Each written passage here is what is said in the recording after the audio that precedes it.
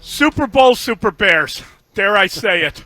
Hey, I'll tell you what a great recovery turnaround. I mean, there's no way around it. That was a big time win for the Chicago Bears. You got to feel good about it, guys. Yeah, man, it was a great answer, right? The whole week Yeah. we were talking about, what are they going to do, and then they were talking about us as media, people on the outside doubting them.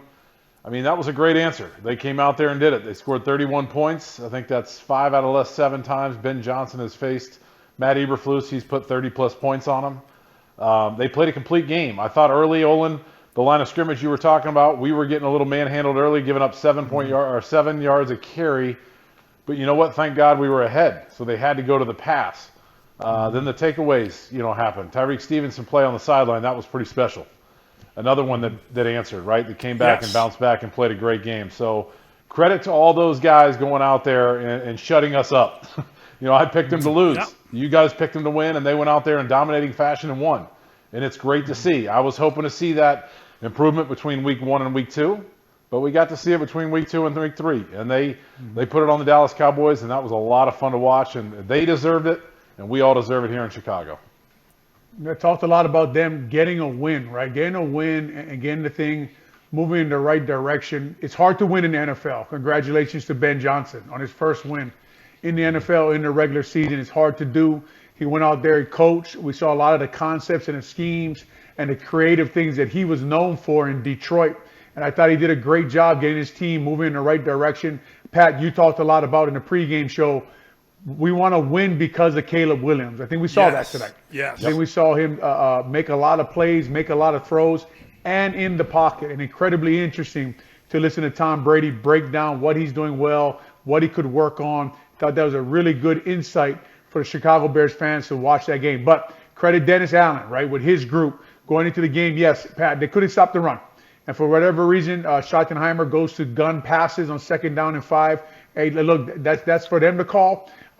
They only give up 14 points. They end up with a bunch of takeaways. They end up getting after the quarterback. The simulated pressures on 3rd down. The guests we had in pregame talked about how, from Dallas, talked about how Prescott struggles with that and doesn't know where the blitz is coming from when you put blitzes at him. And Dennis Allen seemed to know that, so he could get him in 3rd down, could get him to check the ball down. A lot of credit to the Chicago Bears for the game we watched today. And just you knew, we thought going into the game, here's a team they match up with. Go get a win. Don't make as many penalties. Don't make as many mistakes. Go make the plays that you need to make. Luther Burden shows up. Colston Loveland shows up. I know he went out of the game, but it was just good to see some of those guys out there making plays. Tyreek Stevenson been under a lot of criticism, man. Yes. Came out there, played good football. Congratulations to him. I think he was who's hot and who's not. I think we had him as who's not. We'll switch that this week. He was representative. Yes. I mean, he was just kind of representing the defense, as we discussed. No, listen, he played a great game. I'll tell you what, to me, you love seeing the explosives, right? You love seeing explosive plays. But that drive in the second half, when they come out and they go like 3 and out, whatever it was, and then all of a sudden they march, was it 76 yards, 75 yards? They hold the ball for 9.5 minutes, 19 plays. That is the longest play number of the entire season in the NFL. That was running the ball, and that was grinding it out, and that was something that you thought that Dallas was going to do all day. And the Bears kind of turned it around on them, and then they go for it on 4th down. You're kind of, I don't know. Boom, touchdown. That was a big call. Come on. Yeah, Olin, I had that 4th down circled. I'm like, all right, here we go. I just had it circled, waiting to see what happened. Then DJ's wide open. Ben Johnson called a hell of a game.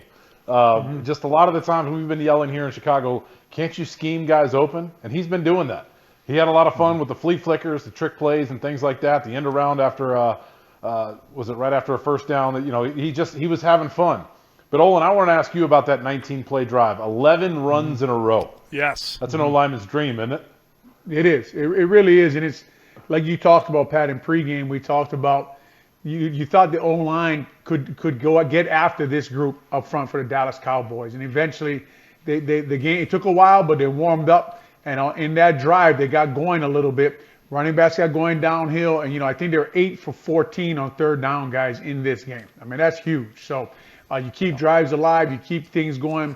They got the big plays, and they kept saying they have these chunk plays, but the Cowboys have more time of possession. All of a sudden, you see, right, with a rested defense, you hold the ball for 9 minutes and 50 seconds, I think, Mully, or something like that. It's crazy. 19 plays. It's crazy. Yeah. Just fun to watch. Fun to watch for an O-lineman on the field. You see guys getting tired. You're trying to wear them out, trying to move guys off the ball. Theo Benedict comes in, does a good job for Darnell Wright. When he went out, Darnell Wright comes back in, Pat, and I thought to myself, you talked about go out there and you don't have to be a leader who screams at everybody. But he comes out there with that big brace on his arm. He's going to play with his guys, right? And that's a leader. That's a young guy showing that, look, I want to be out here. I want to play. I want to get after guys. And the Chicago Bears, in their third quarter, really wore down that Dallas defense and started to get after them. Ben Johnson, just enough misdirection, just enough play action to keep them on the field and keep that drive going and keep it alive. And it was fun. It was fun to watch them win a football game. It was fun to watch the big plays. It was fun to watch the defense get the takeaways. It's good to see the Chicago Bears win a football game at home at Soldier Field. And Pat, you're right. Like Tyreek Stevenson tearing that ball out of Williams' hands on the sideline there, what a play. I mean, what a really smart, heady, good play, and it sort of set the tone for all the big plays to come. It did, and we were getting gashed too on the run like that. Oh, they yeah. were moving the ball on us. Yeah. And I was like, oh no, don't start this all day. Don't establish the run on us. And they were, but that's an opportunistic defense, and that's, I mean, honestly, that guys, like you said, he was, the cold player of the week. Yes. He got burned last week. He had to have a long week at Hallis Hall. It's no fun after you play a game like that and your name's all across the headlines and you're seeing touchdowns scored on you. But he came back and he bounced back and he played a heck of a game. And that play started it. And I was really happy to see that. And hopefully that can springboard him, to going forward and making more plays like that. I thought the kind of trick play where they did the lateral, that ball, I mean, that ball, it went so high in the air. You're like sitting there watching this play develop, and you have this like, oh no, like you just were expecting something horrible to happen. He catches the ball, and then he threw it like 65 yards in the air right to Bird. I mean, that was sensational. That was a really, after you got it, the operation of it was finished, you were like, wow, really appreciative of it. But in real time, that ball was like a 3-point shot. I mean, the arc on that thing was insane. Mm-hmm. Under pressure too. Pressure too. Right. And when you impress the greatest to ever do it with your arm talent, you're doing something, right? And Tom mentioned, I don't know how many times, how far of a throw that was and how accurate it was. I think it was 60. I think he said 67 or 68 yards, right in Luther Burden's hands, under pressure. I think that's Kenny Clark coming up the middle, putting pressure on Caleb, and he got rid of it after, like you're saying, Mully. It wasn't the cleanest flea flicker you ever seen. And all the games we watched for the Chicago Bears, you're just kind of expecting doom, right? You're like, oh man, this one isn't going to work. But guys, I mean, 4 takeaways we talked about before the game. Bring it down to 5 or 7 penalties. That's what good teams do. They had 6 penalties for 41 yards. A lot of things today. Ben Johnson challenged his team, wondered out loud, gosh, I mean, what's he doing? Why don't you just fix it? Today, they showed us they got it fixed. They got themselves a win. Won pretty convincingly against a Dallas Cowboys team that we all saw lost some guys, but the Bears don't feel bad because they don't have a lot of guys out there either that should be out there. Yeah, I mean, guys, what we saw today is winning football.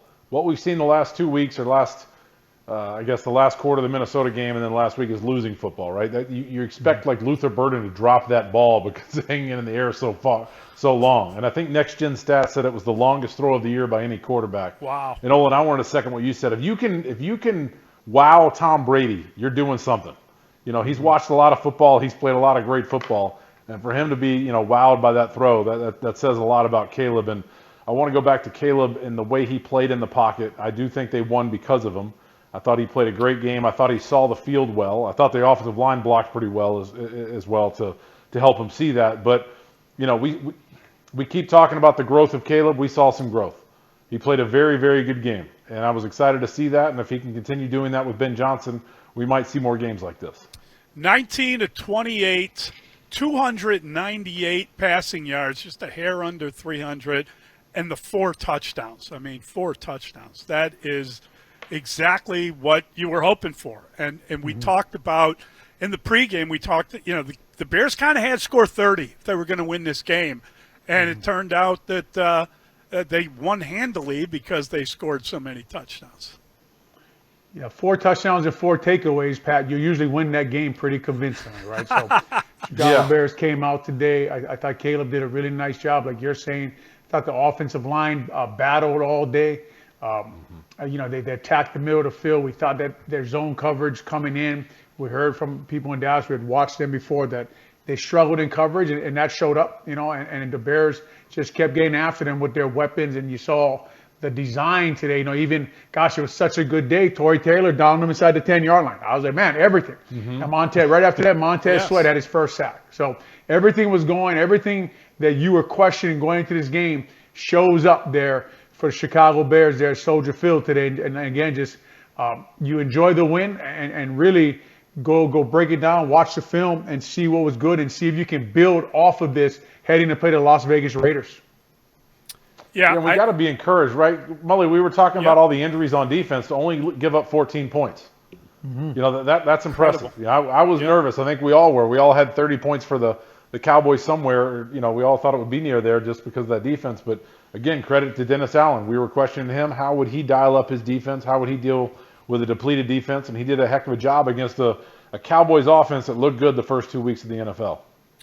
I know Dak was having a high completion percentage, but so many of those were passes to the tight end, like on third down. Like they were passes that had no chance of actually converting a first down. They were kind of check downs to the tight end.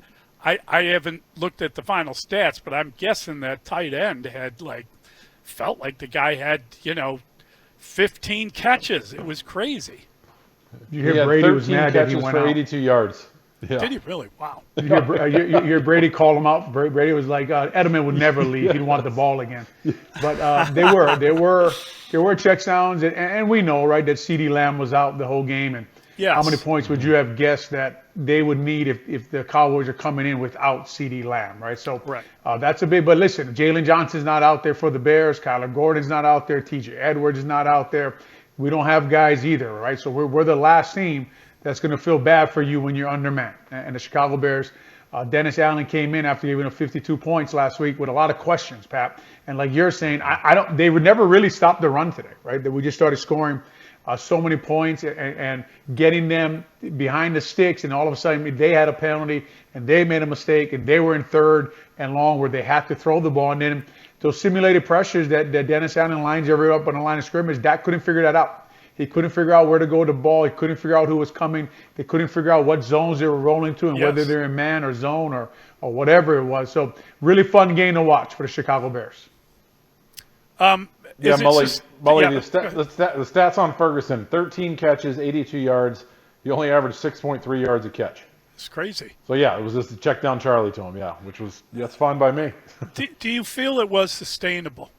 And I mean, in a funny mirror kind of world, the Bears, barring one bad fourth quarter, and I know they got routed last week, but they could conceivably be 2-1. They were in control of that game for 3 quarters of it and fell apart in the fourth quarter. And now here they are. I know Dallas is not a good team, and I know they started 1-2 last year, and here they go again. But and you're right, Olin. I thought when CeeDee Lamb went out, when he came back in, I was like, uh-oh. And then he ran one play, and he couldn't. The ankle was too bad. He had to go back and miss the game. So that was huge. That helped a ton. Yes, and listen, to your question, Mully, is it sustainable if we can play these Cowboys at home every week? Yes. Right? I mean, we're also very realistic on what we watched today, and you congratulate the Chicago Bears, and you like what you saw there, and they overcame a lot of things, but that was not a great Cowboys team and a depleted Cowboys football team by the end of the day, and so are the Bears, though. So it's hard to win in the NFL every week. Like you guys know, like Pat does, and a lot of analysts do. You watch the film, you let it talk to you what you really saw, what you didn't see, what will carry over the next week. When we get to all 22, it'll be nice to go through it, break it down and say, okay, like you're saying, Mully, what is sustainable? Why didn't the run work for so long again? What's going on there, right? What's going on with the inaccuracy in some of the passes? And, just those things that you're watching for in the defense. Why can't we stop the run? Why can't we get our pads down? Why can't we run fit? Why are guys averaging over 6 yards a carry versus us? But those are things that they have to fix. They know that. But when you, like we talked about, when your quarterback, Pat was saying before the game, man, like, want to win because of Caleb. And I thought today he was a better player on the field than Dak Prescott. I thought he played really, really good football, and he was a difference in the game when he extended the play, found co-commander back at Enzo or DJ Moore, and just made a lot of good football plays for his football team. Yeah, as far as sustaining this, though, Mully, yes, they put up 31 points against a bad defense. That's what you want to see, right? Yes. But I want Caleb to sustain what he did today. Play that same way. Play from the pocket. Play poised. Hit the open receiver. There were a few times on third down he looked very comfortable. Obviously, the O-line was blocking well, but can they sustain that? I expect that out of him. I expect him to play well every week now, and to keep this growth going. And I thought he grew a lot today. And so as far as sustainability, I want to see Caleb play like this every week. Yeah, the third down efficiency for the Bears, they converted 8 of 14 third downs, whereas the Dallas Cowboys 3 of 11, and that stops drives. They did convert a couple fourth downs, but 3rd and 11's pretty good. You should feel pretty proud of that. Mm-hmm. Yeah, 8 for 14, Mully, like you're saying, is really good. Offensive line gets some credit for that, right? Yes. Receivers getting open, and then Caleb operating the scheme that he's given and then Ben Johnson on the sideline, and you could tell at one point he was really what did they say the young kids say now, in his bag, I guess, right? He was really in his bag, calling plays. He was ahead of the defense corner. He had the misdirections going. I think Tom Brady mentioned it, right? Like he's throwing a little bit of everything at these guys, and he's got them a little off balance. And honestly, man, it was fun to watch them for a game today, just to see, man. There was the Ben Johnson that we heard about and we saw on film. There was a Caleb Williams that we drafted number 1 in the draft. There they were with all their weapons, Luther Burden and DJ Moore and all those guys out there. It was, Swift on the screen, really good in the open field, like we all know about him. The O-line blocking, really, really good game for the offense today. No doubt about it. And frankly, I was surprised that the defense did as well as they did. And, part of that is, as you say, Tyreek Stevenson played a really good game. And you could almost see his confidence growing after that takeaway to start the game. And things started going very positively for him. Yeah, it sure did. I mean, I'm encouraged with what I've seen. I'm very encouraged. It was a bad defense, but I'm very encouraged what I'm seeing. And I hope this marriage between Caleb and Ben Johnson continues to grow, and Ben Johnson is truly that great of a quarterback whisperer, or whatever you want to call him, OC head coach, and can get this kid to be great. They had a report from Tom Rinaldi at one point where he said that Caleb told him that the coach isn't afraid to call him out, and he does it in front of his teammates all the time. And I think that's a positive turn of events. I don't know how he feels about it, but it was. I think that's an important thing to do. And then Tom, claimed, I don't know anything about that, because obviously Belichick would do that to him. It was like a nice little moment for them on the broadcast. Mm-hmm.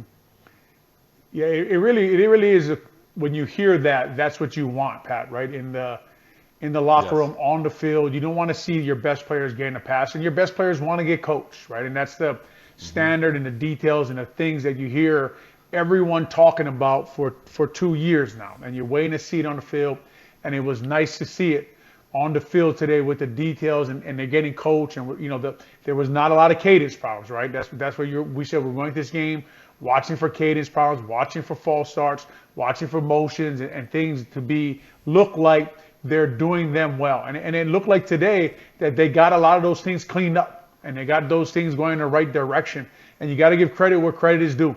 And Ben Johnson keeps harping on them, and that means they're coaching them in practice, and they're getting better at what they're trying to do and what they're trying to be. All right, we're going to open up. It sounded good at the O-line of scrimmage. No, I'm just saying it sounded good at the O-line of scrimmage. You could hear it. Just Caleb sounded in control. It sounded really good. It sounded different than what we've heard in the past. We're going to open up the phone lines for everybody. 312. What's the number? I don't think it's changed. 312-644. Yeah. 67. You got it. You know the number. See, I call in all the time. I don't ever get to do people. reads, so I wouldn't. Yeah. No one ever gives me any reads around here, so I wouldn't know. Yeah, I only say you do too much, Olin. You're heavy lifting too much, man. You don't need to do that. Thank you very much. You don't need to do that. You do too much. You should stop. Pat, I appreciate it. Thank you very much. Yeah, you're the heavy lifter.